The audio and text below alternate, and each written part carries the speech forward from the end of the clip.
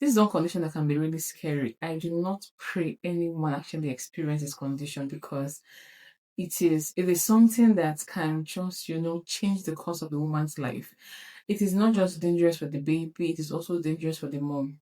And when it comes to this condition, and this condition is ectopic pregnancy, and when it comes to this condition, sometimes the woman is even experiencing it and she may not even know, and sometimes she's even wondering, she's confused. Those are the things I'm going to be addressing in this video. If you're new here, welcome to this channel. What we'll do here is talk about health for mothers, for new and expectant moms, and health for babies. So if it's something you're interested in, join the family and let's dive right into today's video. So I'll try my possible best to use simple, very simple terms so that it is as clear as possible. So what is ectopic pregnancy? Let's start from the normal before we enter ectopic pregnancy. So in a normal scenario, when a woman is pregnant, when you say a woman is pregnant, it means that a child is growing inside the woman's womb. That's the uterus. But in ectopic pregnancy, this baby is not growing inside the woman's womb. It is growing somewhere else. And the common site this baby grows is the fallopian tube. It can grow somewhere else, but the fallopian tube happens to be a very common site. As this baby is growing, the problem now is where this baby is growing is not a suitable environment for the baby. Like I just mentioned, the common site where this ectopic pregnancy happens is the fallopian tube. But in some rare cases, it can happen in the ovary, it can happen in the cervix,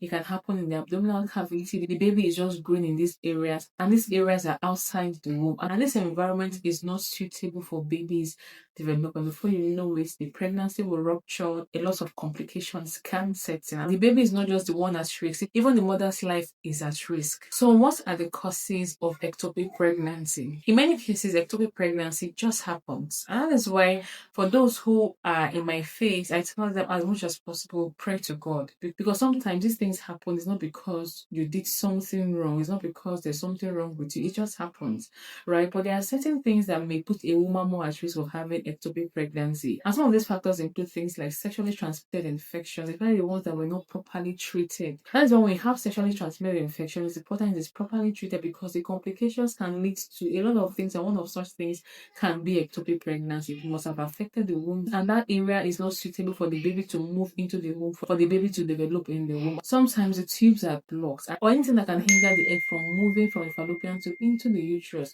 So when you have blocked tubes, things can lead to having ectopic pregnancy. Sometimes the woman's uterus is just having malformation. The woman may be born like that. Sometimes some women have two uteruses. Sometimes the uterus is not well formed. Sometimes the uterus is having a shape in which the baby cannot grow in such environments. Such womb may not be able to receive the baby for the baby to develop in the womb. Another thing that can put a woman at risk of having ectopic pregnancy is situations where a woman may have had something like a pelvic surgery in the past, or surgeries that have to do with her reproductive system. These are things that can put a woman at risk of having ectopic pregnancy. And like I mentioned initially, sometimes a woman may not even have any of these risk factors, and it will just happen. Sometimes the woman is having an abnormally shaped kind of fallopian tube. She was born that way. Sometimes fallopian tube is not having the normal shape of a fallopian tube, and these are things that can put a woman at risk of ectopic pregnancy. Women who smoke are at risk of ectopic pregnancy.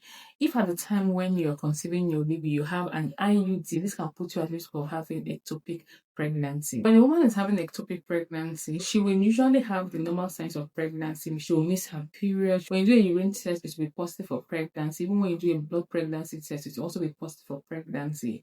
But there are some symptoms that are red flags. There are danger signs you should never ignore. And these are things that should make you run to the hospital without delay. You need to go to the hospital immediately. If you're having pain in your abdomen, or you're having pain around your pelvis, around your lower back region, these are signs you should never ignore in pregnancy. Or if you're bleeding, you're seeing vaginal bleeding, not allow anyone tell you, oh, you're supposed to be menstruating in pregnancy. No, you ought not to menstruate in pregnancy.